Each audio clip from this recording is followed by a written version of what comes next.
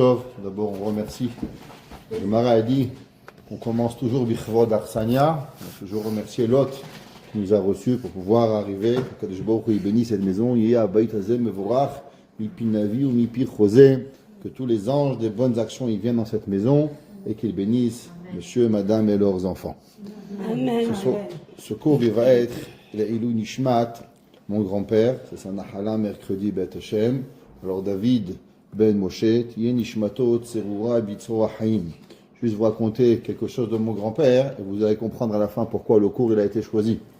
Ma grand-mère, elle avait deux frères. Malheureusement, ils sont décédés très jeunes. Mais ses parents, ils sont tombés malades de douleur et de peine quand ils ont perdu leurs enfants. Et le jour où mon grand-père il s'est marié, alors il a pris ma mère, sa femme, ma grand-mère, et il a pris son beau-père et sa belle-mère jusqu'à la fin de sa vie. Plus de 60 ans de mariage, ils ont été chez lui à la maison, il les a nourris, il s'est occupé d'eux, ils étaient aveugles, et il les a amenés avec lui en France, et il s'est occupé d'eux. Il avait une grande achnasatochim, et il a fait beaucoup de chesed avec eux. Alors, que Kadosh Baruch Hu il fasse que toutes ces actions, ils sont pour lui un mérite yosher, et qui donne à Kadosh Baruch Hu pour pouvoir prier pour nous, pour la Geoula Shelema, Bimera, Beyamenu. C'est aussi la Nachala de, tout le monde connaît, aujourd'hui c'était le 2 Hadar. Et le 2 Hadar, c'est le jour où il y a eu le tremblement de terre à Agadir. Et à Agadir, il y a eu énormément de morts, malheureusement, qui sont décédés. Et c'est la Nahala d'un monsieur qui écoute le cours avec nous tout le temps. Donc on a dit qu'on avait donné le cours aussi au Nishmat, Yosef Ben Simcha, Rachel Bat Akiva et Zohara Bat Rachel, son père, sa mère et sa sœur, qui sont décédés dans le tremblement de Agadir. Tiye Nishmatam Tserura Bitzro Rahim.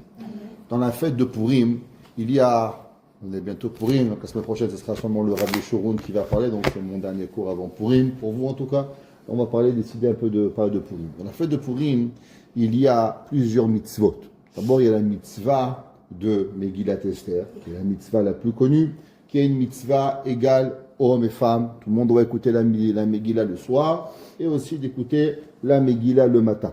Il y a aussi d'autres mitzvot, entre autres la mitzvah de Mishloach Manot, d'envoyer des mets l'un envers l'autre, et la mitzvah de Matanot la Evionim, d'envoyer et de donner de l'argent à des pauvres. Il faut regarder un petit peu, c'est quoi cette mitzvah de Mishloach Manot?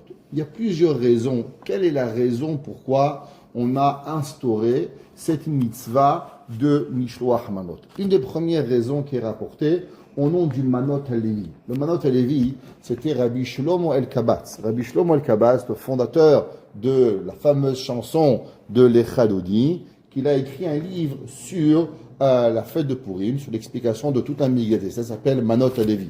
On raconte dans l'histoire pourquoi il a écrit ce livre. Il était en Turquie, à Izmir. Et à Izmir, il y avait une famine. Et quand il y avait une famine, malheureusement, il n'y avait rien de quoi manger. Et il était fiancé. Et il voulait offrir des Mishloach Manot à sa fiancée. Mais il n'avait rien de quoi lui offrir. Même pas un bout de gâteau, même pas un verre de jus de raisin. Donc il a réfléchi qu'est-ce qu'il allait envoyer à sa fiancée. Alors, comme il n'avait pas de quoi envoyer des mets à sa fiancée, il lui a écrit un commentaire sur toute la Megillat Esther. Il dit au moins, si je n'ai pas pu lui offrir des cadeaux, au moins il lui a fait cadeau ce fameux livre extraordinaire, plein de kabbal, plein de profondes explications sur la Megillat Esther. Ça s'appelle Sefer Manot HaLevi. Manot comme Mishloach Manot. Et lui, il s'appelait Shlomo HaLevi El-Kabatz, alors Manot HaLevi. En parlant de Rabbi Shlomo El-Kabatz, on raconte qu'il y avait un jour un jeune qui était en Eretz Israël. Il était complètement loin de la Torah. Il faisait rien. Vous savez, en Israël, malheureusement, il y a des jeunes que là-bas, même Shema Israël, ils ne savent pas. Terrible. Alors, il y a un jeune, un jour, il lui vient comme ça un réveil. C'était un vendredi après-midi. Et il décide qu'il va aller dans une synagogue. Il arrive dans une synagogue. Et là-bas, il entend la prière de l'Echadodi, l'Echolé Ranena.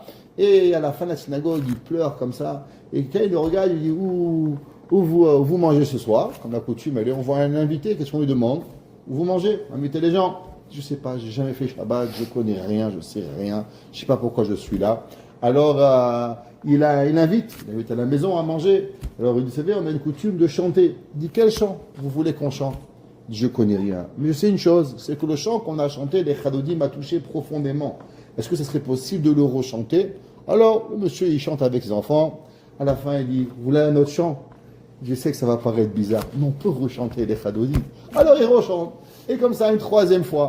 Et à la fin du Shabbat, il lui demande, comment vous vous appelez? Il dit, je m'appelle El Kabatz.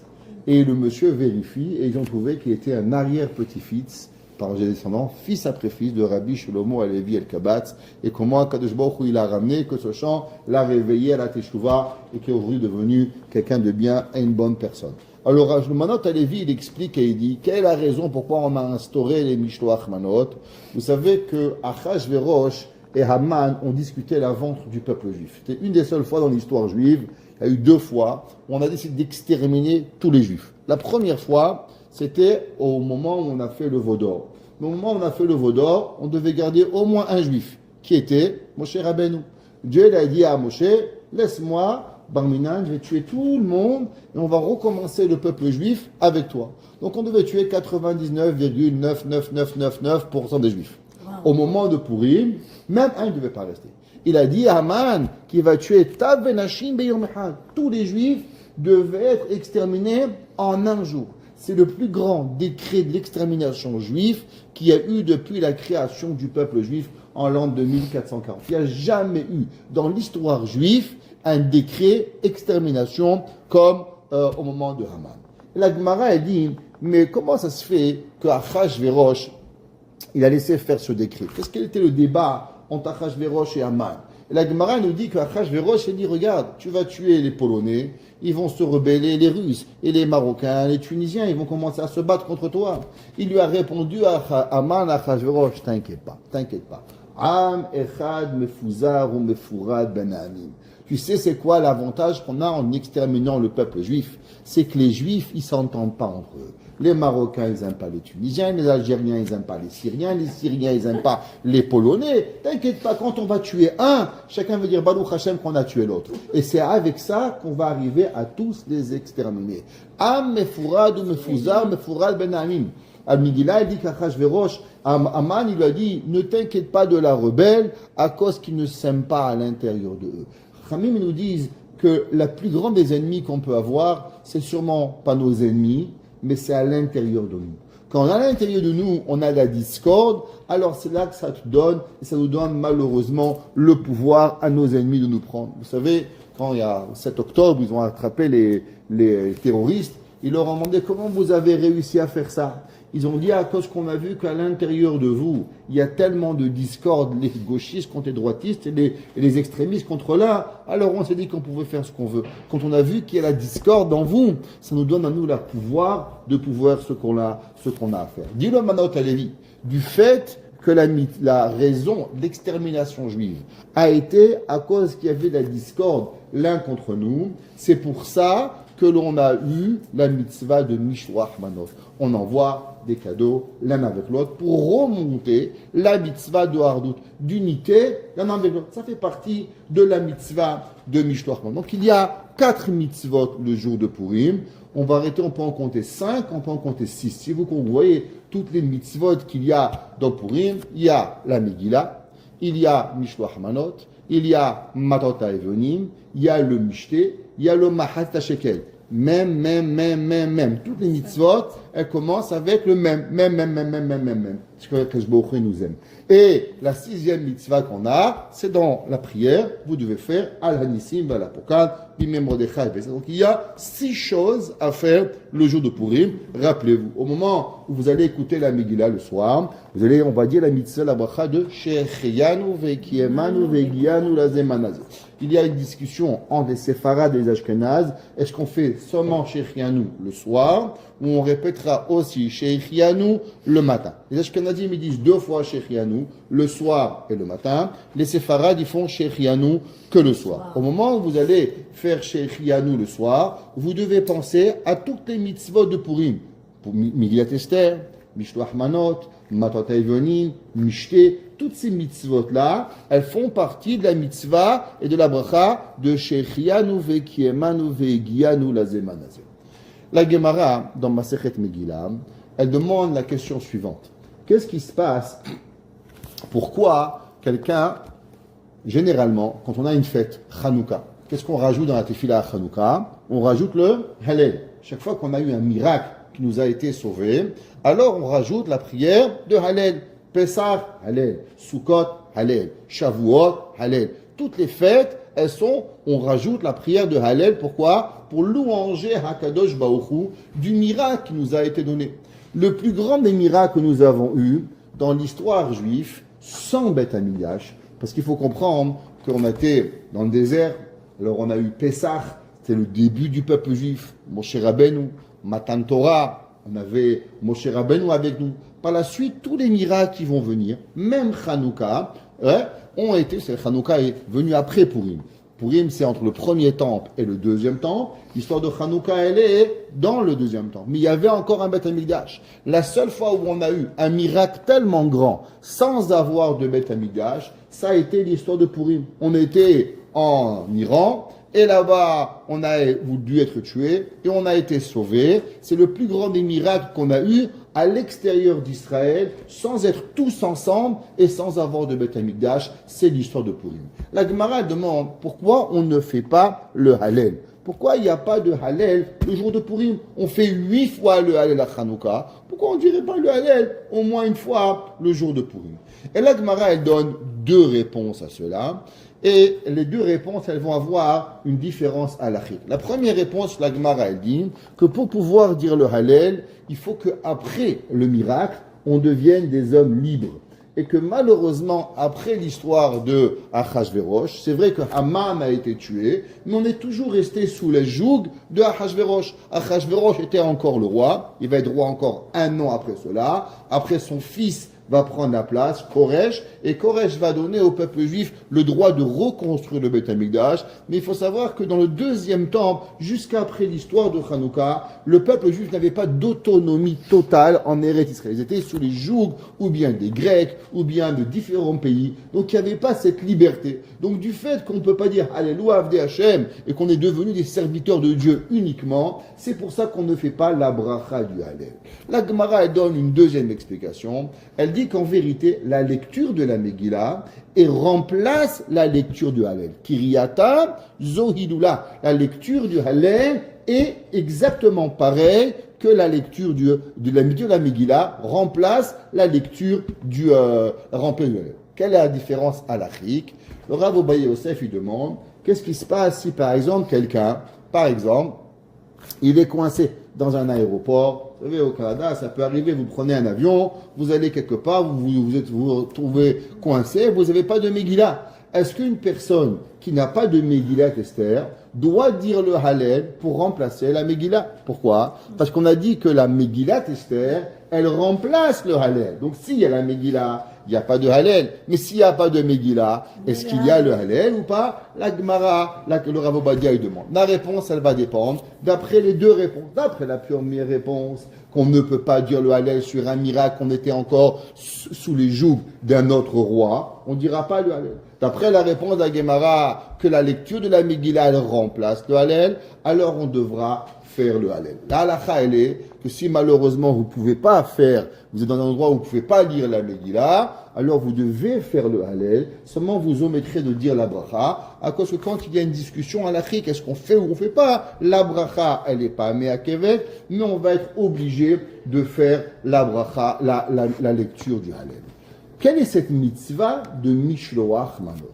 Est-ce que la mitzvah de Mishloach Manot, elle est du chesed? Elle est quoi? Comment on pourrait établir et être magdir cette mitzvah de chesed? Je vais expliquer d'abord qu'est-ce que c'est les mitzvahs de tzedaka et de chesed. Vous savez que dans la Torah, il y a une mitzvah qu'il faut donner, la tzedaka. Il y a le maaser que vous connaissez tous, la dîme qu'on va donner, 10% de nos revenus. Maintenant, qu'est-ce qui se passe quelqu'un qui n'a pas de quoi manger? Ok? Alors, est-ce qu'il doit donner le maaser? Là, la khayli, quelqu'un qui doit prendre de l'argent des autres pour manger. Le pauvre, il a perdu son travail, ils n'ont plus de quoi manger, ils sont aux besoins de la communauté, c'est la communauté qui paye leur manger. Ou bien, par exemple, un jeune couple qui vient de se marier, ils n'ont pas de travail encore, papa paye le loyer, l'autre papa paye les courses pour pouvoir subvenir à leurs besoins, ils n'ont rien. alors ils ne doivent pas donner le maaser, c'est pas leur argent. Eux, ils vivent déjà de l'aide de leurs parents, donc ils n'ont pas d'obligation de donner, ils n'ont rien à eux. C'est le papa qui paye le loyer, maman qui paye de quoi manger, il n'y a pas de mitzvah de maaser. Est-ce qu'il y a une mitzvah de tzedaka? Est-ce que la mitzvah de tzedaka, elle est associée au maaser?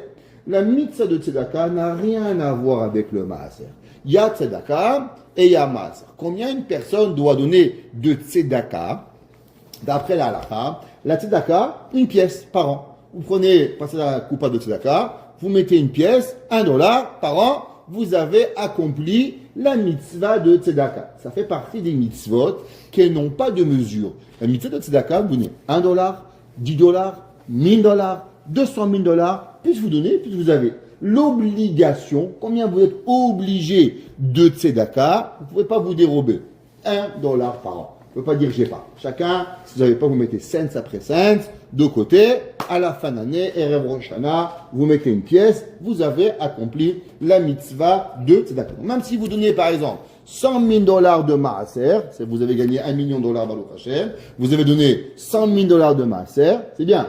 Maaser, c'est fait. Elle est où la tzedaka? Il faut rajouter $1 pour tzedaka. C'est pas pareil. Ce sont deux mitzvot qui sont séparés l'un avec l'autre. Il y a maaser, il y a la mitzvah de tzedaka qui sont dépendants. Maintenant, pas tout le monde n'est obligé, comme j'ai expliqué, de donner une personne qui n'a pas d'argent. $1, ça va lui suffire.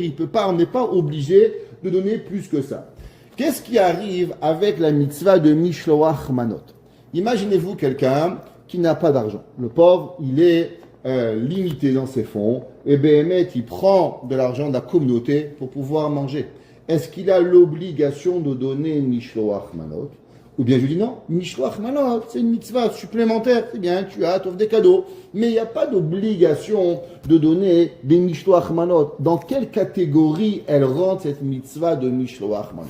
Alors le Shulchan Aruch, dans le Siman Taf Resh Tzadik Dalet, il dit qu'on nous sommes obligés de donner combien? Mishloach Manot, un envoi avec minimum 2 mets. Matanot la Evonim, 2 cadeaux à 2 pots. Pas mélanger les mitzvot, Mishloach Manot et Matanot la Evonim. Il y a un grand commentateur qui s'appelle le Taz. Le Taz Rabbeinu David à Touré Zahav. Lui ramène au nom de son beau-père, le Bach. Le Bach était le Rav de la ville de Mejibouj, longtemps avant que le Baal Shem Tov était le Rav de la ville de Mejibouj. Après, il va devenir le Rav de la ville de Cracovie. À Cracovie, le Rav, le Bach, le Beit Hadash, Kodesh Kodashim était. Et là-bas, lui, il dit que même un pauvre qui n'a pas de quoi manger, même s'il fait l'aumône, il doit faire plus l'aumône pour pouvoir donner la mitzvah de Mishloach Manot. Et tout le monde se pose la question, d'où elle est venue cette obligation de la mitzvah de Mishloach Manot, que même un pauvre qui n'a pas de quoi manger, il va être obligé de donner la mitzvah de Mishloach Manot. Généralement, les mitzvot que nous sommes obligés comme ça, ce sont des mitzvot qui dépendent de Pirsumé Nissa, qui sont la publication du miracle. Quelle mitzvah on connaît qu'on est obligé de donner, de faire, même si on est pauvre, on peut pas s'en sortir. Exemple, vendredi soir, vous n'avez pas de vin. Est-ce que vous êtes obligé de vendre votre costume pour pouvoir faire le kiddush? Non. Si vous avez du pain, on peut faire kiddush sur du pain. Il n'y a pas de vin, on fait kiddush sur du pain. C'est pas interdit. Quel kiddush, une fois par année, vous êtes obligé d'aller faire tout ce qui est possible pour pouvoir faire kiddush le soir de Pessah. Arba'a kosot. Les 4 kosot de Pessah, c'est la seule mitzvah où les responsables communautaires sont obligés de s'assurer que chaque famille, hommes, femmes et enfants, ils ont suffisamment pour pouvoir faire la mitzvah des Arba'a kosot. Pourquoi? À cause que les 4 verres de vin, ils publient le miracle du Yetziat Mitzrayim. Pourquoi on boit 4 verres de vin? À cause pour rappeler, Votseti, Veitzalti, Vegalti, Veilakarti, les 4 langages de Géoula, avec quoi Kadosh Baruch Hu, il a sauvé le peuple juif. Donc c'est un Pirsoumanes, c'est pour ça qu'on a l'obligation de devoir aller et s'assurer que chacun de nous, il a de quoi faire le vin. Un homme, une femme, ils n'ont pas, un homme il a une montre, pas la mienne à vos $10. Mais imaginez-vous un gars, il a une Rolex, il n'a pas de quoi, il faut vendre sa Rolex pour avoir l'Arba Kosot. Il est obligé, il n'a pas. Madame, elle n'est pas mariée, elle a une bague, il faut qu'elle la vende pour allumer, pour avoir Arba Kosot. Pareil, il y a une deuxième mitzvah car on est obligé de tout vendre ce qu'on a pour l'accomplir, là, les bougies de Hanouka. Pourquoi? Publication du miracle. Pire Soumanes, pas d'abord 36 bougies, mais de voir minimum une bougie par soir. Ça, c'est l'obligation que nous avons, chaque juif, même le plus pauvre du peuple juif, il ne peut pas se dérober et il doit accomplir la mitzvah d'allumage de Hanouka. Très important, la mitzvah de Hanouka. Pourquoi? C'est publication du miracle. Il dit le bar, pareil, de la même façon que Hanouka, c'est publication du miracle. Pareil que Arba Kosot, publication du miracle. Pareil, Mishloach Manot, on a la mitzvah de publier le miracle, alors automatiquement, on doit venir et tout le monde doit donner la mitzvah de Hanouka. Il y avait un rave qui s'appelle le Semag, le Sefer Mitzvot Gadol. Le Sefer Mitzvot Gadol qui a été écrit par le Sar de Koutsi. Je sais pas si vous connaissez un petit peu l'histoire juive, la fameuse Sar de Koutsi qui a été vendue. En tout cas, le Sefer Mitzvot Gadol, il compte et il demande c'est quoi les mitzvot rabbiniques que nous avons. Vous savez qu'il y a 613 mitzvot de la Torah. Combien de mitzvot rabbiniques nous avons? 7 mitzvot. En tout, ça fait combien? 620. Ce qui donne, en valeur numérique, le lettre Keter. Keter, la couronne de Dieu. Keter, etenu lecha Hashem lokenu. Une couronne, c'est quoi la couronne de Dieu? 613 mitzvot toraniques. Et nous avons 7 mitzvot rabbiniques. En tout, ça fait 620 valeurs numériques. Keter, c'est ça la couronne d'Akadosh Baruch Hu. Quand on accomplit ces 620 mitzvot. Le Semag, il a compté dans les mitzvot que la lecture de la Megillah. Il a dit, vous savez, combien dans la mitzvah des Rabbanan, il y a une mitzvah qui s'appelle Purim, lecture de la Megillah. Un des commentaires, le Rehem, il dit, mais de quoi tu parles? Purim, il n'y a pas qu'une mitzvah. Purim, il y a lecture de la Megillah, il y a Mishté, il y a Mishloach Manot, il y a Matanot Levonim, différentes mitzvot. Pourquoi tu as fait une mitzvah? C'est pas un package deal. Nous, quand vous allez au magasin, vous dites, je veux une robe. Dit la robe, elle vous dit le foulard, les chaussures. Chaque chose, vous met $100, $100, $200. Vous payez à la fin $1000. Il dit, fais-moi un prix global. Tu payes tout à la fin, oui ou non? En pareil, nous, on paye tout. Le bon Dieu aussi. Chacun, c'est une mitzvah. Pourquoi? Le Semag, il a compté tout en une mitzvah. Le Rehem, il dit qu'en vérité, toutes les mitzvahs de Purim sont venues pour une seule et unique raison, pour publier le miracle de Akadosh Baruch Hu. Alors, qu'est-ce que ça veut dire, cette publication du miracle?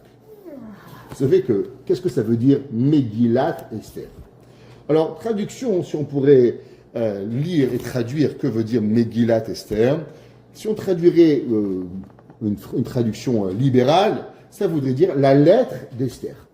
Esther Amalka, elle a raconté son histoire et elle nous a écrit toute l'histoire de la fête de Purim. Vous savez que l'histoire de Purim, pour être inclus dans les 24 livres de la Torah, ça n'a pas été chose facile. Esther Amalka, elle s'est battue littéralement avec Mordechai contre tous les rabbins de la génération pour s'assurer que la Megillat Esther, elle fasse partie de la Torah. Chachamim de l'époque ne voulaient pas que la Megillat Esther, c'est bien, c'est une belle histoire, Hazakou Baruch, on va faire un roman Walt Disney par deux, Esther Amalka, c'est bien, jolie histoire, mais la rentrer dans la Torah, Chachamim ne voulaient pas. Entre autres, il y avait des halachot. Est-ce que ça fait partie, c'est pas rajouter des mitzvot? Est-ce que c'est pas Isur Batosif? Est-ce que c'est pas rajouter une mitzvah Torah? Il y avait de grands débats rabbiniques à l'époque. Est-ce que Esther, elle avait le droit ou pas de raconter et de mettre son livre parmi les 24 livres de la Torah? Ça a pris du temps. Mais bon, Hachem, aujourd'hui, on a la mitzvah Megillat Esther. Hachem nous explique qu'est-ce que ça veut dire le mot Megillat Esther. Si on pourrait traduire un peu plus, pas une traduction profane, mais un peu plus profond. Alors, le mot Megillah vient du mot légalot. C'est-à-dire quoi légalot? Découvrir. Que veut dire le mot Esther? Et ça peut vouloir dire la reine Esther. Ou bien ça veut dire aussi cacher. Donc ça veut dire Megillat Esther, découvrir ce qui est caché. Ça veut dire que vous savez, la Megillat Esther, si vous lisez partie par partie, vous ne voyez pas le miracle. Il y avait un roi, il y avait une femme qui s'appelait Vashti, il n'a pas aimé, après il a tué, chez une nouvelle reine, après ici. Si vous prenez partie par partie, vous n'allez pas découvrir le miracle. Pourquoi on doit lire toute la Megillah d'un trait? À cause que quand on voit comment Kadosh Baruch Hu, il prend toute l'histoire et il la rend quelque chose de magique. Vous savez, je ne sais pas si vous savez, mais vous savez combien de temps ça se passe depuis le début de la Megillah jusqu'à la fin de la Megillah? Depuis le premier Vayi, Bimei Achashverosh, jusqu'à la fin de la Megillah, on parle de 15 ans d'histoire. Ok, c'est pas un jour, c'est pas un mois, ça prend des années, des années. Vayi Bimei Achashverosh, ce fut autour du Achashverosh, s'arrête ici, premier jour. Hamolech Me'od Uve'atkush, ça lui a pris combien d'années pour régner de l'Afrique jusqu'à l'Asie? Bishnat Shalosh le Bolcho. Ça a pris 3 ans. Premier verset, première année. Deuxième verset, troisième année. Combien de temps après, il va faire son festin? 180 jours. Après encore 7 jours. Quand est-ce qu'Esther va devenir reine? Donc il va tuer sa femme après 3 ans et demi de son règne, Vashti. Quand est-ce qu'Esther va devenir reine? Alors aux enfants, on leur raconte, c'est réveillé le matin. C'est vrai. Ça a pris 4 ans. Du temps que Achashverosh, il cherche une reine, jusqu'à qu'il va marier Esther, ça va prendre 4 ans que Achashverosh, il va prendre, et tous les soirs, il rencontrait une nouvelle femme, il cherchait une femme pendant 4 ans, il va se mettre à la recherche d'avoir une reine. Quand est-ce que ça va être l'histoire de Haman? L'histoire de Haman, elle va être que 5 ans plus tard. Ouais, il va être tué le 13e année de son règne. Les temps prennent des temps, l'histoire faut faire attention un petit peu, mais ça va prendre énormément de temps. Et durant chaque moment, il y a énormément de secrets très très très très profonds dans la Megillat Esther. Et il y a un passage dans la Megillat Esther qui est extraordinaire. La Megillat Esther, elle nous ramène, et elle nous dit, vous savez, que Esther, elle va être prise Esther, elle voulait se cacher. Elle ne voulait pas être prise par Achashverosh parce qu'elle était mariée avec Mordechai, une femme mariée. Et une femme mariée n'a rien à faire avec un autre homme. Alors Esther, elle se cachait à la maison. Ouais, Kvod bat melech penima. D'où elle avait eu cette humilité et cette séniout. Esther, ils nous disent, parce que Esther, d'où elle venait, elle était arrière-petite-fille de qui? De Shaoul Amelech, du roi Shaoul. Donc 2 raisons. D'abord, elle avait du sang royal. Et elle savait que si elle se présentait devant le roi, alors le roi, il aurait sûrement prise comme femme, parce qu'il voulait une femme qui était de sang royal. Plus, elle était mariée avec Mordechai, donc encore moins, elle voulait sortir. Et numéro 3, Esther, elle n'était pas intéressée à rien avoir avec ce monde goy. Qu'est-ce qu'elle allait manger? Qu'est-ce qu'elle allait s'habiller? Qu'est-ce qu'elle allait faire? Qu'est-ce qu'elle allait faire avec un voyou comme Achashverosh? Qu'est-ce qu'elle voulait de sa vie? Elle voulait vivre sa vie avec... Et à part ça, vous savez quel âge elle avait Esther? Elle avait 74 ans.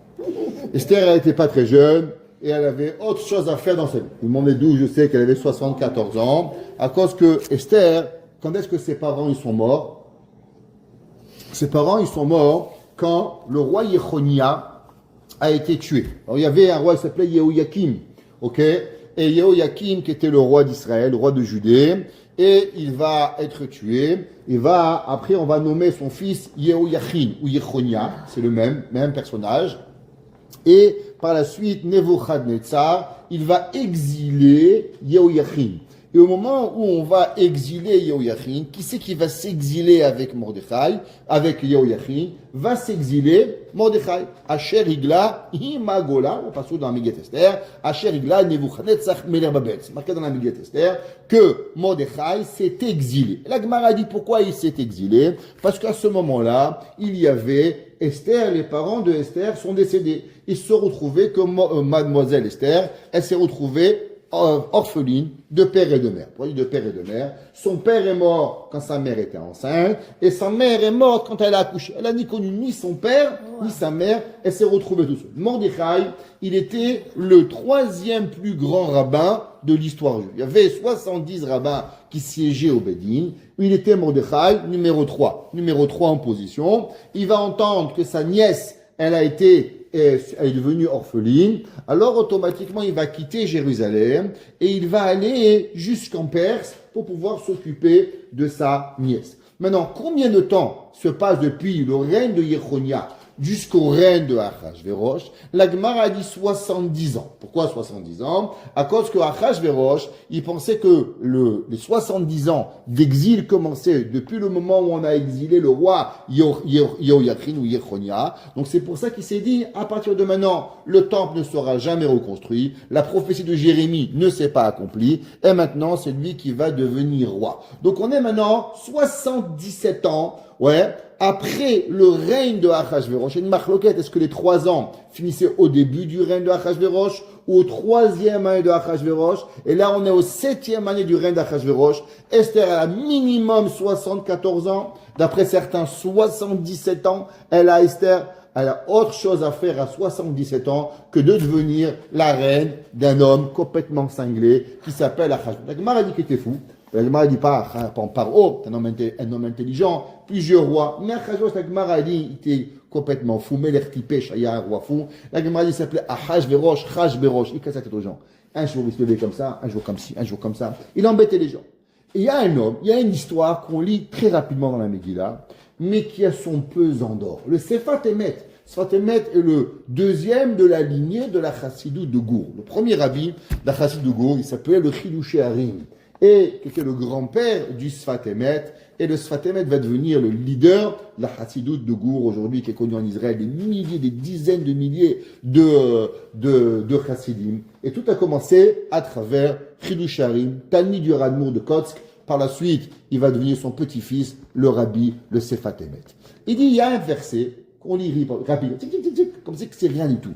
Et il dit, le verset, il dit comme ça. C'est marqué dans la Megillah. Ubechol yom vayom. Chaque jour, Esther a été prise juste après que Vashti, elle a été prise chez Achashverosh. Donc Achashverosh, il va tuer sa femme Vashti. Là, il y a un gars qui dit, tu sais, peut-être que tu vas devoir peut-être prendre une nouvelle femme. Et là, on commence à chercher des femmes. Et Esther, elle va être prise durant la 7e année du règne de Achashverosh, durant le mois de Tevet. Et elle va arriver l'histoire de Haman, 12e année du roi de Achashverosh. Donc, de 7e année, elle a été prise. Et elle va rester quiet, comme un petit feu qui brûle doucement, doucement, et qui attend son tour, sans faire aucune vague, du 7e année du règne d'Achashverosh jusqu'à la 12e année. Esther ne parle pas, ne dit rien, je vous dirais même plus que ça, elle se fait insulter par tous les juifs de la planète. Tous les juifs, ils disent, waouh, Mizroba, ça là, tu t'imagines, elle est chez Achashverosh, elle mange, elle boit, et nous, rien, on s'occupe pas de nous, et elle fait rien. 5 ans, rien, elle dit pas qu'elle est juive, il se passe rien, et elle fait comme si de rien n'était. Et le pasteur qui dit, Ubechol yom vayom, tous les jours, Mordechai mithalech lifnei chatzer bet hanashim.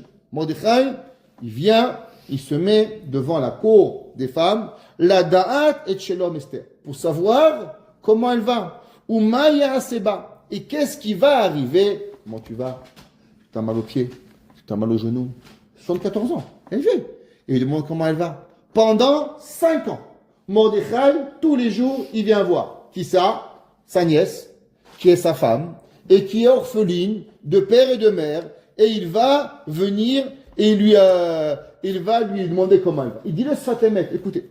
Nire shekol advarim aniskarim b'Megillah aya akol et tzorechanes. Il dit, vous savez que tout ce qui va se passer dans la Megillah n'est seulement pour pouvoir arriver au miracle ultime que Esther va arriver à transformer la haine de Achashverosh contre les Juifs contre la haine contre Haman. Ça, c'est le miracle. Si vous demandez qu'est-ce que c'est le miracle de la Megillat Esther, c'est qu'Achashverosh, il avait une haine incommensurable contre les Juifs, et il y a une personne qui va arriver à lui switcher cette haine-là, qui va transformer la haine de Achashverosh contre les Juifs, à la donner à Haman, et Haman, Achashverosh va tuer Haman, mais sachez que l'histoire ne s'arrête pas là. Si vous prenez la Megillah, je sais que quand vous a raconté que vous étiez petit, ça a l'air que c'était instantané. Vous savez combien de temps Esther, elle va supplier Achashverosh de ne pas tuer le peuple juif après qu'on a tué Haman? Pas un jour, pas 2 jours, pas une semaine, pas 1 mois, pas 2 mois, mais 3 mois. La Megillah, prenez le verset, vous verrez.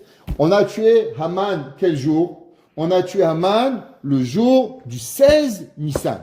On sait que Haman a été tué le deuxième soir de Pessah. Vous savez, chez les Chassidim, on fait le premier Seder, c'était le premier festin de Achashverosh et Mordechai et Esther. Premier jour, le 15 de Nissan. Deuxième festin, quand est-ce qu'il a été? Le deuxième soir, le 16. Quand est-ce qu'Achashverosh il va tuer Haman? Le deuxième soir de Pessah, c'est là qu'il va le tuer. Chez les Chazim, on a une coutume que durant le repas, on a déjà 2 verres de vin, on est déjà un peu mastoul, mais on prend une petite goutte de vin, on dit les Haïm. Je rappelle que ce soir-là, c'est là que Achashverosh, il a fait la fête à Haman. Haman, il a été tué le 16 de Nissan.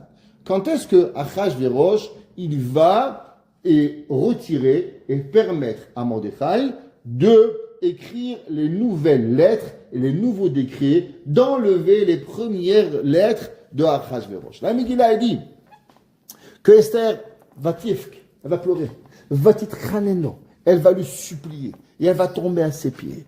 Combien de temps ça va arriver? Dit la Megillah, Echad le Esrim Yom, le 21 du mois de Sivan. Alors écoutez, en mois de Nissan, on a tué Haman. Nissan, Iyar, Sivan. 2 mois et 6 jours de pleurs de Esther. Et Achashverosh, il a plus Haman. Mais Achashverosh, il va encore tuer les Juifs. Il n'y a pas de problème. Haman, il est mort. On va continuer à tuer les Juifs. Le plan continue. Et ça va prendre presque 3 mois pour enlever ce décret-là. Et ce décret-là, il va prendre du temps pour pouvoir que Akadosh Baruch Hu, il va accepter notre teshuva. On va comprendre qu'est-ce que le teshuva. Il dit le Sefat Emet. Il faut changer des donnes ici. Qu'est-ce qui va se passer? Et il dit, Bevadaï, c'est d'avoir Gadol Meod. Et il dit, vous savez, quelque chose de très grand. Shehaya ke arba vechamesh shanim. Il dit entre 4 et 5 ans, c'est 4 ans et demi, si on choisit, on voit exactement les moments qui vont arriver. On vous a expliqué, Esther, elle a été prise le 7e année du roi, du règne, au mois de Tevet. Et l'histoire, elle va se passer à la 12e année du roi de Achashverosh, qui était le mois de Nissan. Donc on est à 4 ans et demi. Ouais, mais est allé Achashverosh. Au Mordechai Tzadik. Mordechai était qui? Chef du peuple juif. Grand rabbin de tout le royaume, de 127 provinces. Alors si vous avez dans votre tête un grand rabbin, le Rav Ovadia Yosef, vous le multipliez par 100. Vous imaginez le Rav Chaim Kanievski, vous y multipliez par 127. Vous prenez le rabbin que vous voulez et vous le multipliez. Parce que Mordechai s'occupait de tous les problèmes mondiaux. À part ça, Mordechai, il n'avait pas de travail quand même, il était Rosh Yeshiva, et il était aussi ministre du roi.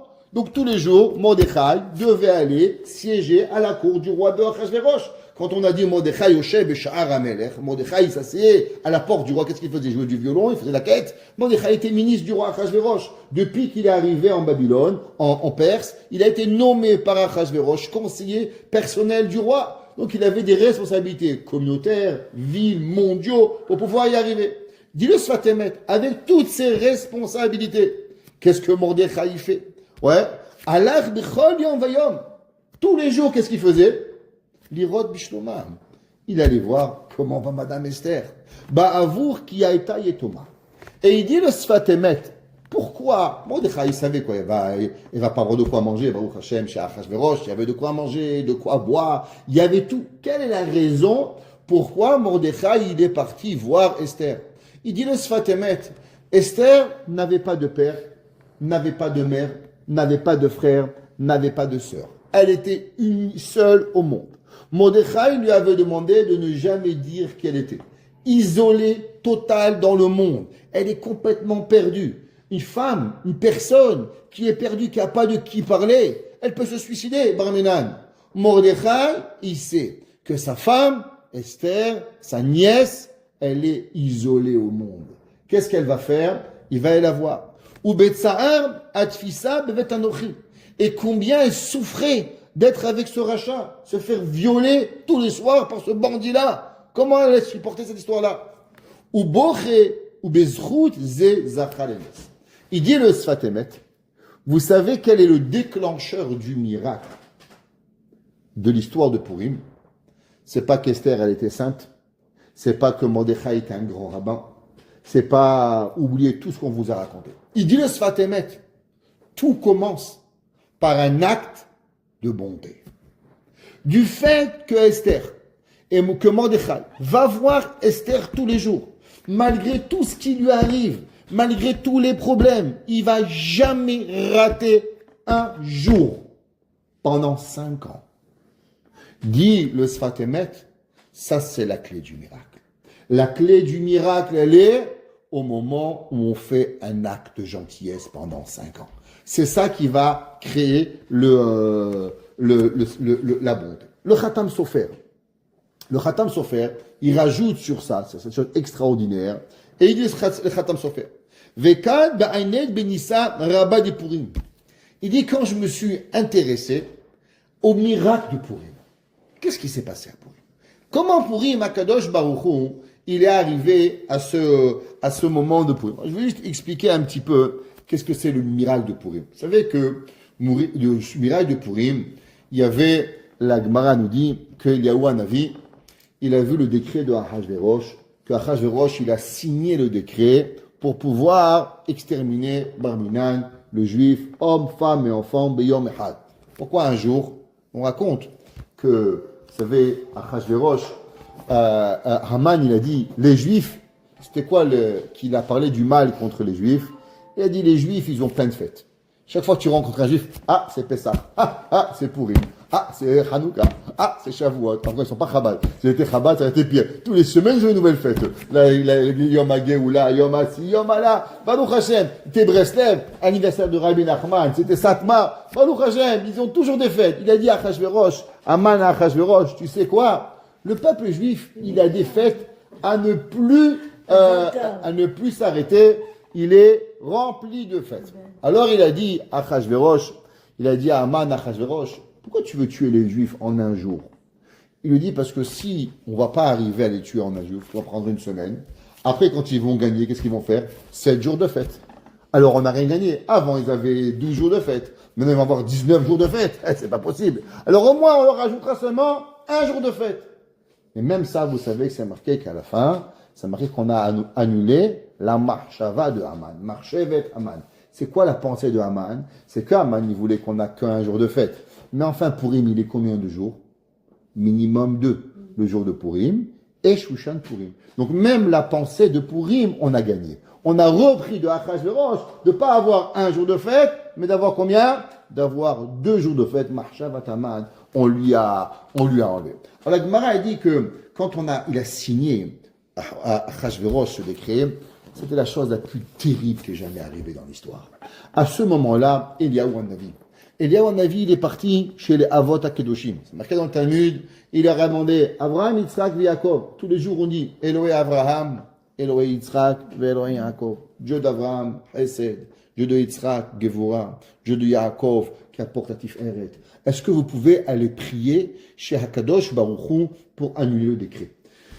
Il a demandé, les Avot, qu'est-ce qu'ils ont fait le peuple juif pour mériter la destruction?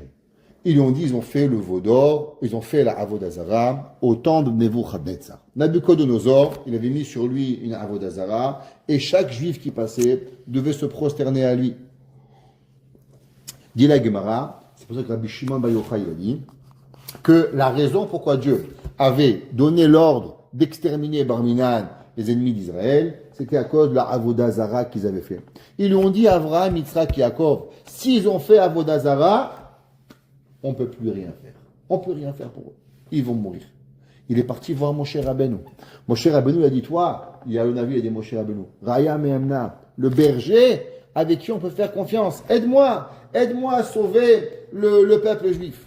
Et là, il a demandé Moshe Rabbeinu, est-ce que Dieu, quand il a scellé le décret, parce qu'il faut savoir que dans ce bas monde, il ne se passe rien si ça ne s'est pas décrété en haut. Si dans le monde d'en haut, il le décret, si dans le monde d'en bas, c'est décrété, c'est seulement parce que dans le monde d'en haut, c'est décrété. Rien dans ce bas monde, il peut arriver. Le grand-père de mon Rav s'appelait le Rav Sheinker.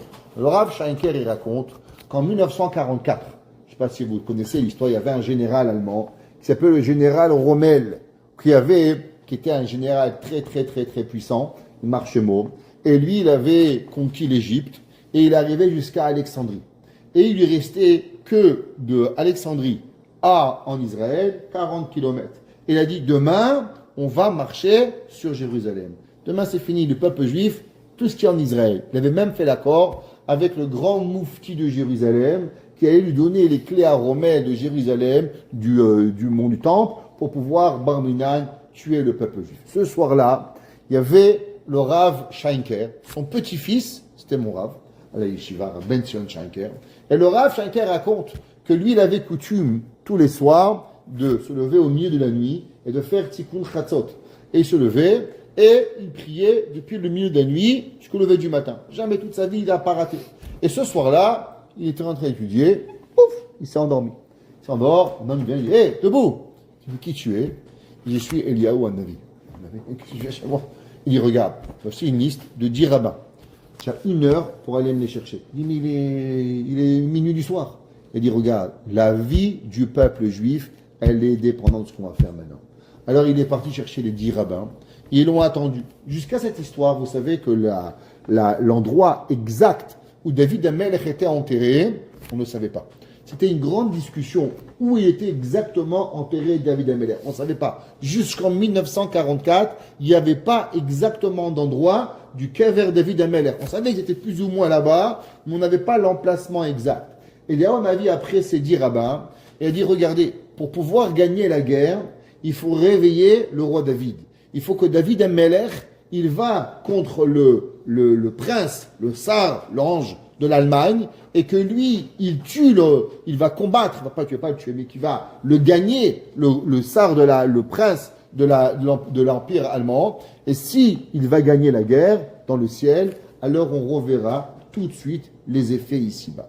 Et ils sont allés, leur a fait montrer où était le Kever David, et ils ont lu là-bas tout le Teilim, ils ont fini exactement au lever du jour, et à ce moment-là, Eliyahu Hanavi leur a dit, vous inquiétez pas, Rommel ne rentrera pas en Israël, David Amelech a gagné la guerre. Ce jour-là, l'armée allemande a été prise de diphtérie, et ils vont tous tomber malades, et ils vont jamais arriver en Israël. À ce moment-là, Rommel va être rappelé sur le front russe, et là, la débâcle de l'Allemagne va commencer, et c'est là qu'Hitler va perdre la guerre, ça va arriver. Ça veut dire, il a dit David Amelech, il a dit le Eliyahu Hanavi, que rien ne se passe dans ce bas monde. Tout se déclare où? Dans le monde en haut. C'est là-bas que ça arrive. Alors, Eliyahu Hanavi, il va chez Moshe Rabbeinu, dit Moshe Rabbeinu, aide-moi. Et là, il lui demande, comment Dieu a signé le décret d'extermination du peuple juif? Est-ce que Dieu a signé l'extermination du peuple juif sur de l'eau, sur du ciment, sur la terre, ou il a signé avec du sang? S'il a signé avec du sang, on ne peut rien faire. Il lui a dit non, c'est signé seulement avec de l'argile. Alors il a demandé, est-ce qu'il y a un homme sur terre qui est aussi grand que moi? Et il dit oui, il s'appelle Mordechai.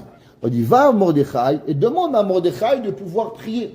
Et Mordechai il va prier et on va arriver à enlever le décret. Il faut comprendre, c'est quoi cette histoire? Que Mordechai, il va devoir prier pour pouvoir y arriver. Avant que je vous donne la réponse, j'ai encore un peu de temps, je vais vous dire 3 Mahamarim, si on aura le temps, 3 Mahamarim du Chafetz Chaim. Chafetz Chaim, il ramène dans Sefer Shem Olam. Vous savez, le Chafetz Chaim, pas beaucoup de gens le savent, mais il n'a pas écrit seulement un livre, le Chafetz Chaim. Le livre avec quoi il s'est fait connaître, le Chafetz Chaim, c'est son livre sur la Shonara. Mi'aish Chafetz Chaim, Netzor leshoncha mera usfatecha medaber mima. Chafetz Chaim, l'homme qui veut la vie, Netzor leshoncha mera, garde ta bouche. Tu sais te taire, tu as la vie. C'est pas te taire, tu vas, Gemara dit, Mila besiela, parler, ça vaut une pièce, Shtika beshtaim, se taire, ça vaut 2 pièces.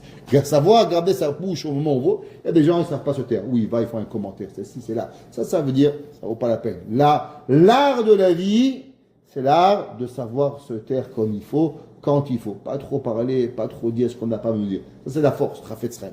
Le Chafetz Chaim, il a écrit un autre œuvre, qui s'appelle le Mishnah Berurah, où il a commenté tout le Shulchan Aruch Orach Chaim, 6 volumes. Et il a écrit plusieurs autres livres. Ahavat Chesed, il a écrit un livre pour les soldats qui étaient dans l'armée russe, comment garder les mitzvot en étant soldat. Il a écrit un livre sur comment s'aimer les uns les autres, pas avoir plusieurs livres. Un livre s'appelle Shem Olam. Et là-bas, le Chafetz Chaim, il ramène une Gemara. On est la Gemara dans Masachet Sanhedrin, page Tzadikret 98b. La Gemara a dit que les élèves de Rabbi Eliezer Agadol, qui était Rabbi Eliezer Agadol, Rabbi Eliezer Agadol était Rabbi Eliezer ben Urkinas. Vous avez entendu sûrement parler. Il était le beau-frère de Rabban Gamliel. Rabban Gamliel il avait une femme. Cette femme-là, elle était la sœur de Rabbi Eliezer Agadol. Rabbi Eliezer Agadol était un rave incroyable, talmid de Rabbi Yohanan ben Zakkai. À la fin de sa vie, malheureusement, il va être mis en quarantaine par le peuple juif jusqu'au moment où il va mourir. Mais il était l'homme le plus grand qui a jamais existé. Il va être même le maître de Rabbi Akiba. Et au moment où il va mourir, tous les élèves vont rentrer chez Rabbi Eliezer Agadol. Il était un homme qui avait Ruach HaKodesh, qui voyait l'avenir. Et ils vont lui demander les élèves à Rabbi Eliezer Agadol. Maya se Adam. La Gemara, elle parle, dans la fin de Masechet Sanhedrin, des difficultés de l'ère messianique. La Gemara a dit qu'il y avait des rabbins, quand ils visionnaient par sainteté le moment de l'ère messianique, ils avaient tellement peur, ils ont dit Aïte velo achamena. J'ai tellement peur des tsarot qui vont exister que Mashiach vienne mais que je ne suis pas présent. Pourquoi ? Parce que voir le peuple juif souffrir à ce niveau, des grands rabbins, ils n'avaient pas la force de voir cette souffrance qui était là. Aïte velo achamena. Rabbi Eliezer Agadol, les élèves, on parle, il faut comprendre qu'on est juste après le Khurban. Rabbi Akiba a été tué par les Romains, par les 10 martyrs. On est au 2e siècle, juste après la destruction. Le temple était détruit en quelle année ? En quelle année le temple ? 68. Rappelez-vous, Kéminyan Chaim la vie, 68 de l'ère grégorienne, de l'ère aujourd'hui qu'on a chrétienne et marchemam. En l'an 68, a été détruit le temple. Donc on est 100 ans à peu près quand Rabbi Akiba fait partie de à peu près 100 ans après, Rabbi Akiba il a vécu 120 ans Rabbi Akiba. On est au début du 2e siècle et là, Ramim ils vont voir Rabbi Eliezer Agadol et on dit Rabbi, on sait que Mashiach va venir. Ani ma'amin b'emunah shelema, beviat Mashiach, ani ma'amin. On croit de toutes nos forces à la venue de Mashiach. Imaginez-vous, si Rabbi, les Chachamim se sont posé la question de la souffrance du peuple juif il y a 1850 ans, qu'est-ce qu'ils auraient dit de nous voir aujourd'hui, ici à Montréal, moins 5000, habillés comme des canards et en train de crever de froid pour pouvoir arriver, ils auraient dit ça, mais le bon Dieu, rien que pour ça, il faut nous donner le Mashiach pour ce froid que le peuple juif vient écouter un cours. Alors ils lui ont demandé, Rabbi, qu'est-ce qu'on pourrait faire pour venir et être sauvé du Mashiach. Alors il leur a dit, il y a Asok Batora, que les gens, ils étudient la Torah, ou Begimur Hasadim, et qui font de la charité envers les autres. Et tout le Chafetz Chaim me dit, je ne comprends pas. Vous savez, moi je vais voir un rabbin, je lui dis, rabbin, tu n'as pas un truc pour avoir de l'argent ? Prie. Je dis, rabbin, je t'aime bien, mais la vérité, je prie avant de te voir. Ça veut dire que dis-moi, allume une bougie, fais-moi quelque chose, au moins un bracadabra. Le mec, il te dit prie. J'ai besoin que tu me dises de prier. Pourquoi tu crois que je suis là? C'est que j'ai déjà prié, j'ai déjà essayé 1 jour, 2 jours, 1 mois, 3 mois, 6 mois. Ouais, mais c'est quoi l'histoire? Le Chafetz Chaim, je comprends pas. Quoi, tu crois que les Juifs, ils n'allaient pas prier? Tu crois que les Juifs font pas du chesed? C'est quoi l'histoire que les élèves, ils ont demandé à Rabbi Akiba? Ils ont dit à Rabbi Eliezer Agadol, Rabbi, on voit la destruction du temple arriver. On a vu les horreurs. Le peuple juif, le sang a coulé pendant des années, coulé à flot pendant 7 ans après la destruction du temple. Il demande, on veut voir. Ça, c'est rien par rapport à ce qui va arriver. Le Gaon de Vilna, si on écoute ce que le Gaon de Vilna dit, si je vous dis, vous rentrez sous la table, des horreurs qui vont arriver à travers la fin du temps. C'est pas que Chachamim, ils ont dit que par la bonté de Dieu, Akadosh Baruch Hu, à la place d'envoyer des millions de morts en un jour, sa bonté. Il a fait un petit peu par petit peu. Pas qu'on a trop de souffrance d'un coup. Mais il lui a demandé qu'est-ce qu'on va arriver. Alors qu'est-ce qu'il leur a répondu? Torah ou Ma'asim Tovim. Torah ou Ma'asim Tovim. Qu'est-ce qu'il veut arriver? Alors Chafetz Chaim, il explique et il dit. Vous savez, dans la vie, vous savez, là, à l'époque, quel était le pire qui pouvait arriver dans une ville? C'était quoi la plus grande des catastrophes? C'était le feu. Alors il faut comprendre, aujourd'hui, Baruch Hashem, il y a des pompes à eau de tous les côtés. Les pompes à eau de tous les côtés. Si Barminan, il y a un feu, on rentre un tuyau et on peut éteindre le feu d'une maison. Qu'Hachem ne fasse jamais. La ville de Radin, elle a été rasée à l'époque, en 1920, avec un feu. Un feu, toutes les maisons étaient collées. Pourquoi? Parce qu'à l'époque, tout était en bois, et pas comme on dit du ciment, il n'y avait pas des briques. Et pour que les maisons puissent chauffer, on collait les maisons l'une à côté de l'autre. Et quand il y avait une qui brûlait, toute la rue, elle brûlait. Wow. La ville de Radin, elle a brûlé entièrement. La ville du Chafetz Chaim, Barmenan, elle est arrivée. Le Chafetz Chaim, il dit, quand un homme y a un petit feu, qu'est-ce que tu fais? Tu prends un petit seau d'eau, tu jettes. C'est un peu grand, dis à ta femme, chérie, amène un deuxième seau. T'as un petit grand feu, t'as ton fils, à ton voisin, tu vas arriver. Mais comme à un moment, le feu, il grandit, ouais, alors, tu amènes les pompiers. Et des fois, quand il y a les pompiers, même les pompiers de ta ville, il ne suffit pas. On a le feu qui s'est passé à Los Angeles. Les pompiers de France, les pompiers du Canada, les pompiers d'Ukraine, les pompiers du monde entier sont venus pour pouvoir aider. Le feu, il est passé d'une maison à l'autre, des milliards brûlés comme ça. Frouk, est arrivé. Mara dit qu'une des raisons que le feu il brûle, c'est quand il y a Barminan, les mariages et les relations interdits entre hommes et hommes et entre femmes et femmes. Le capital du monde de ces péchés, c'est où? C'est la Californie. Il ne faut pas se poser des questions. Pourquoi Barminan? En tout cas, on n'est pas Dieu pour pouvoir dire le mal de personne. Mais il en reste que Baruch Hashem, Akadosh Baruch Hu, il a sauvé. Alors, il y a énormément de feux qui arrivent. Non, il dit le Chafetz Chaim que les élèves, ils ont demandé, Rabbi, c'est vrai qu'il y a la Torah. C'est vrai qu'il y a les mitzvot. Mais ils demandaient au Chafetz Chaim, ils demandaient à Rabbi Eliezer Agadol, quand on va arriver à des catastrophes, qu'est-ce que l'on peut faire pour que la catastrophe, elle s'arrête? Avan mikom makom anishar adayin etazé. Il leur a dit, le Chafetz Chaim, il a dit, c'est vrai qu'on met tefillin tous les jours, on fait Shabbat tous les jours, on mange kashrut tous les jours. Mais le Chafetz Chaim, il a dit, quand il arrive d'énormes catastrophes, il n'y a que deux choses qui peuvent nous aider. C'est quoi les deux choses qui peuvent nous aider? Torah et tzedaka. Les deux choses avec quoi on peut s'en sortir. Ainu shi'asod batorah ou bigmu chasadim. Shezchud atorah va chesed mo'il a be'etzarazu. Qu'est-ce que ça veut dire? Pourquoi on a besoin d'avoir be'emet la tzedaka? Prier, je comprends. Prier, c'est Hachem. On est proche de Dieu. L'étude de la Torah, comprendre la pensée de Dieu. Comme il explique le Tanya, c'est ce qu'on fait de la Torah. La Torah, elle nous dévoile la Chochma d'Akadosh Baruch Hu, la pensée extraordinaire de Dieu. Mais à quoi ça sert la tzedaka? C'est vrai, c'est une mitzvah. Chazak ou Baruch.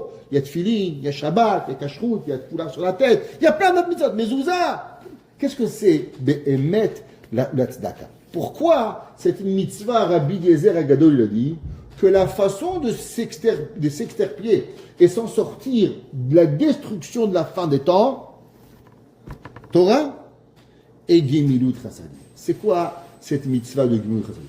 Alors, on va essayer de réfléchir. D'abord, il y a une petite pensée qui est rapportée au nom de Rav Shimshon, il ramène. Et il dit, qu'est-ce que ça veut dire d'abord que le Akadosh Baruch Hu, il décide de détruire le peuple juif? Comprendre. Qu'est-ce que ça veut dire que Dieu décide de détruire le peuple juif? Vous comprenez que s'il n'y a plus de juifs, il n'y a plus de monde. Parce que tout le monde n'a été créé que pour qui? Que pour nous. Premier Rashi Torah, Bereshit, Bara, Elohim. Qu'est-ce que ça veut dire Bereshit? Dit Rashi, Bishvil, Reshit. Quelle est la raison de la création de l'humanité? Une raison. Bereshit. C'est quoi Bereshit? Bishvil, Reshit. Pour le juif. Donc, quand Dieu avait décidé d'exterminer les juifs Barminan, au temps du Chata Egel, c'est ok, il allait garder un, Moshe Rabbeinu. Mais là, il essaie de tuer tous les juifs. Tavenashim Yom Echad. Explication, en un mot, destruction du monde. Le monde va être détruit. Maintenant, on va reposer une question. On va dire, Kadosh Baruch Hu, tu as créé une Torah, tu as créé Shabbat, tu as créé Kashrut. S'il n'y a pas de juifs, qui c'est qui va accomplir tout ça? Alors, en un mot, c'est que Kadosh Baruch Hu, il dit, ça ne m'intéresse pas. Ça ne m'intéresse pas, toutes ces mitzvot. Ça ne m'intéresse pas. La preuve, que si Akadosh Baruch Hu, il avait été intéressé par les mitzvot, alors automatiquement, Dieu n'aurait jamais laissé un décret pareil. dessine un décret de détruire tout le peuple juif. Alors maintenant, qu'est-ce que tu dis à Dieu? Je vais faire du chesed. Mais tu n'as pas compris. Le bon Dieu, il n'est pas intéressé par tes mitzvot. La preuve, c'est qu'il est prêt à prendre le risque que le monde va s'arrêter. Alors, qu'est-ce que c'est le chesed? Qu'est-ce que c'est le chesed? Que la mitzvah, elle va venir pour pouvoir y arriver. Alors, vous savez qu'il y a une mitzvah, tous les matins, de prier la Shmona Esrei. Madame, même les femmes qui prient pas 3 prières par jour, c'est bien de prier au moins une prière par jour. Les séfarades, minimum, on doit prier combien de prières par jour? Une. C'est une mitzvah de la Torah. Non, pas Shema Israël. Il ne faut pas parler quand on ne sait pas, ni l'un ni l'autre. La première mitzvah, la femme qu'il faut, on n'a pas parlé. La mitzvah, elle est de prier au moins une Shemona Esrei. Pourquoi une Shemona Esrei? Pour pouvoir prier, c'est une mitzvah de la Torah d'après les séfarades. Les Ashkenazim, ça accomplir 2, c'est que des Rabbanan, c'est l'opinion du Ramban. Les séfarades, l'opinion du Rambam, d'apprier au moins une mitzvah, une Shemona Esrei par jour. Maintenant, la halakha, elle est qu'avant de prier la Shemona Esrei, on doit dire Baruch Ata Hashem, Ga'al Israël. Pourquoi on dit Ga'al Israël avant la Shemona Esrei? La Gemara dit on doit être sommer Geoula le Tefila. On doit rapprocher, et on doit rapprocher le peuple, la Tefila à Kadosh Baruch. Qu'est-ce que ça veut dire sommer Geoula le Tefila? La réponse simple, elle est un homme, il va prier à Dieu. Dieu, donne-moi l'intelligence, donne-moi à manger, donne-moi à boire. Qui c'est que tu es pour que je te donne? Alors d'abord, on parle de Dieu. Qu'est-ce que Kadosh Baruch Hu, il a fait? À Kadosh Baruch Hu, il a sorti le peuple juif d'Égypte. On parle des grandeurs de Dieu, et après qu'on a parlé des grandeurs d'Akadosh Baruch Hu, alors automatiquement, on peut arriver à parler d'Akadosh Baruch Hu. Il explique Rav Aaron Kotler. Le Mishnah de Rabbi Aaron, il explique et il dit la chose suivante. Il dit, qu'est-ce que ça veut dire Geoula et Tefila? Rashi, il explique, et il dit que Somer Geoula et Tefila, principalement, c'est de se rapprocher de Dieu. L'Itkarev el Hashem. Qu'est-ce que ça veut dire l'Itkarev el Hashem? Se rapprocher d'Akadosh Baruch Hu. La Gemara nous dit, il y a un pasuk. Vehatem adevekim b'Hashem, chayim kulechem ayom. Vehatem, et vous, adevekim b'Hashem, vous vous collez, traduction littérale à Kadosh Baruch Hu, chayim kulechem ayom. La Gemara dit, mais tu ne peux pas te coller à Dieu. Pourquoi? Te coller à Dieu, tu vas mourir. Tout le monde connaît la fameuse blague. Et un jour, le roi du Maroc, il a dit, Marocains et Marocaines, les Américains, ils sont montés sur la Lune. Nous, on va monter sur le Soleil. Il leur a dit, mais monsieur le roi, on va cramer. Il y a l'Ahmar, on va monter la nuit. Ok? Alors, ça veut rien dire. Ok? Alors, qu'est-ce que ça veut dire? Ve'atem adevekim b'Hashem. Hachem, il est du feu. Comment on peut se coller à Dieu? Comment on peut se rapprocher d'Akadosh Baruch Hu?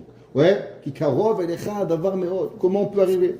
La Gemara dit, la façon de se rapprocher de Dieu, c'est d'imiter la façon d'Akadosh Baruch Hu. Ma'u rahum afatarahum. Ma'u hanun afatahanu. Lui, il est miséricordieux. Lui, il a la pitié. Chaque mida de Akadosh Baruch Hu, rahum, hanun, rechapayim, hesed ve'emet, chaque mida de Dieu, quand nous on fait la mida d'Akadosh Baruch Hu, alors automatiquement, on devient proche d'Akadosh Baruch Hu. Vous savez que dans le ciel, il y a principalement 2 midot. C'est quoi les 2 plus grandes midot de Dieu? Avec quoi il y a, on pourrait dire, une querelle, de shalom, mais une querelle permanente, c'est la rachamim et la din, la gvura, la miséricorde et la rigueur. Et les 2 essaient de prendre contrôle. La rachamim qui dit, laisse-leur le temps, ils vont faire tes chouvas, ils ne sont pas si pires, regarde. Et la gvura qui dit, non, fais, regarde, punis-les. Alors venons, on va essayer de comprendre. Maintenant, quand Dieu, Barminan, il a accepté le décret de Haman, qui veut exterminer le peuple juif. Ça veut dire que dans le ciel, qui c'est qui a gagné la guerre? Réponse, la rigueur. Parce que si la miséricorde, elle aurait gagné la guerre, jamais Dieu, il aurait laissé Haman vouloir détruire le peuple juif. Donc si Haman, il a réussi à arriver à faire signer un décret de tuer tous les juifs et qu'on a dû pleurer pendant 3 jours, jour et nuit pour pouvoir y arriver, et que c'était pas une petite prière, allez, on fait shaharit, ça va passer. Non, on a eu besoin de quoi? On a eu besoin que tout le peuple juif fasse teshuva, tout le monde entier. Ça veut dire que la midat hadin a été plus forte que la midat arachamim. Maintenant, comment on ramène la midat arachamim? Est-ce qu'en mettant les téphilines, il y avait des millions de juifs qui mettaient téphilines? En faisant le Shabbat, il y avait des millions de juifs qui faisaient Shabbat. En faisant kashrut, il y avait des millions de juifs qui faisaient kasher. Alors comment on ramène la midat arachamim sur le plan?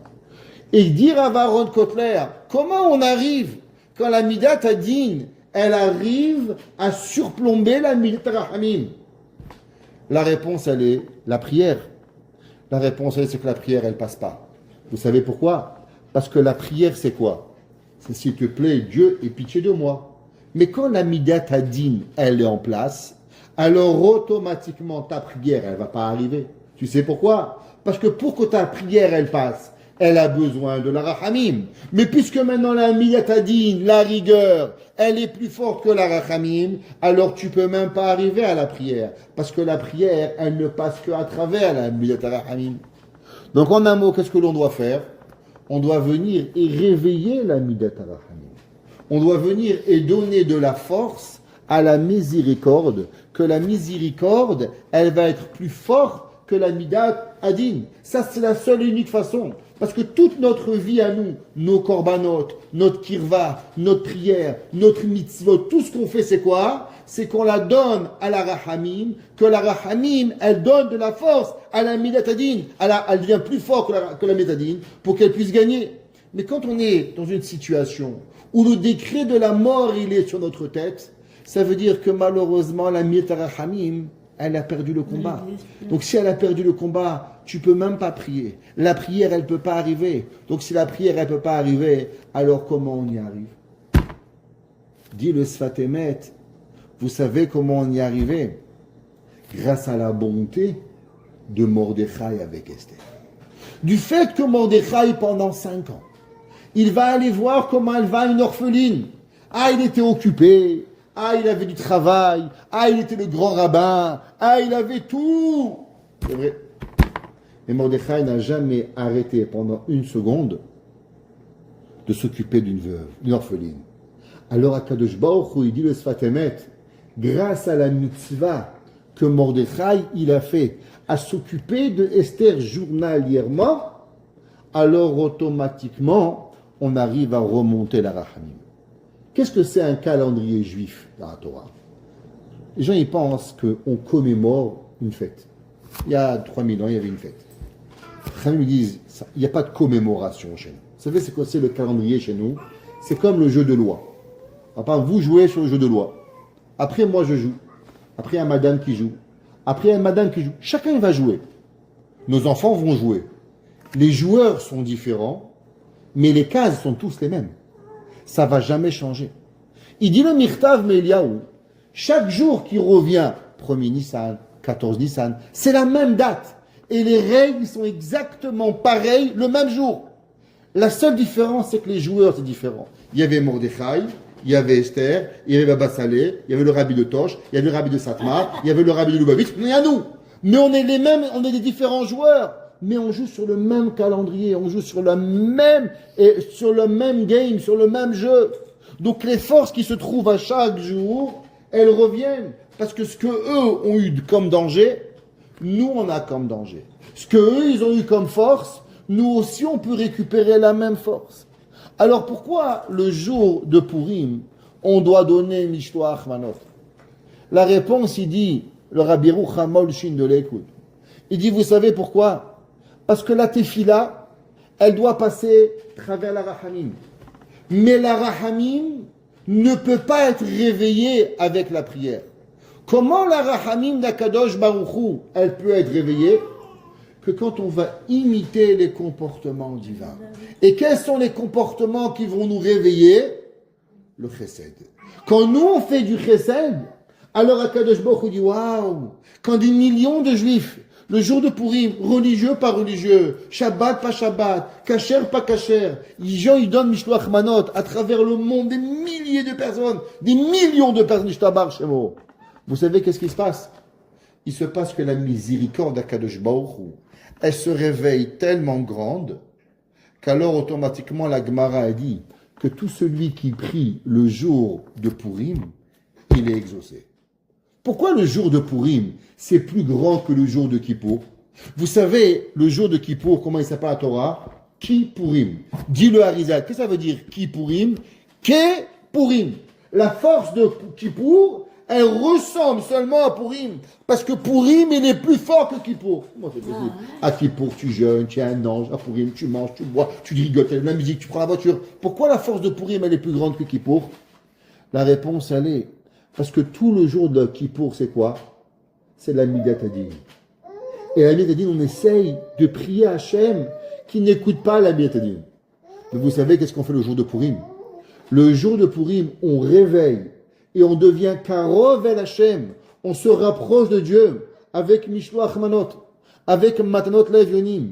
On remonte à Kadosh Baruch Hu qu'en vérité, on est exactement comme lui. La Gemara dit qu'il y avait un jour Rava. Rava est un rabbin dans le Talmud. Il avait des bons élèves et des mauvais élèves. Et un jour, dans sa vie, il y avait une famine. Il pleuvait plus. Et bien maintenant, les gens étaient en train de mourir de soif. Alors on est venu voir Rava, on dit Rava, prie s'il te plaît, que la pluie tombe. Il a dit Dieu, tu sais, moi, je donne des bonbons aux mauvais élèves. Et la pluie a commencé à tomber. Le Maharsha, il dit, qu'est-ce que ça veut dire? Il dit parce que généralement, les gens, ils donnent des bonbons aux bons élèves. Il dit, moi, je donne des bonbons aux mauvais élèves. Donc si moi, un humain, je donne des bonbons aux mauvais élèves, et n'attends pas qu'ils deviennent bons pour donner un bonbon, toi aussi, Dieu, fais comme moi. Donne de l'eau aux mauvais élèves, même si on est mauvais élèves. Et la Gemara dit que la pluie, elle est tombée. Ça veut dire que le chesed, vous savez qu'est-ce qu'il fait? C'est vrai que la prière, et c'est la prière qui va nous sauver de toutes nos difficultés. Mais pour pouvoir que la prière, elle passe, la prière, elle doit être accompagnée, pas avec une mitzvah de chesed. Chesed, c'est pas une mitzvah.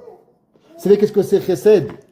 Chesed, c'est un réveil des miséricordes d'Akadosh Baruch Hu. Et quand l'homme, il fait du chesed, comme ce soir, belle table, gâteau, reçu comme des rois, alors automatiquement, Akadosh Baruch Hu, il écoute nos prières et on peut arriver.